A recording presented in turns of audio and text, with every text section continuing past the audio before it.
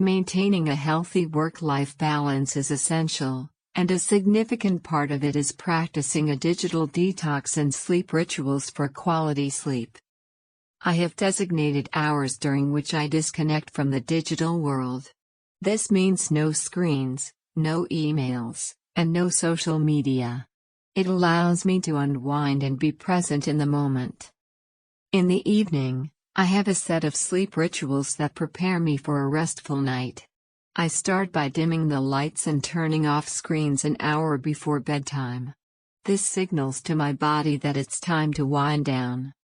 I also engage in light reading, often a fiction novel, to escape from the day's stressors. It helps me relax and transition into a calm state of mind. Practicing mindfulness meditation is another key part of my bedtime routine. It helps clear my mind of any lingering thoughts and promotes a sense of serenity. Lastly, I ensure that my sleep environment is conducive to rest. I keep the room cool and dark, and I invest in a comfortable mattress and pillows. These digital detox and sleep rituals are instrumental in ensuring I get a good night's sleep, wake up refreshed, and maintain a healthy balance between work and personal life.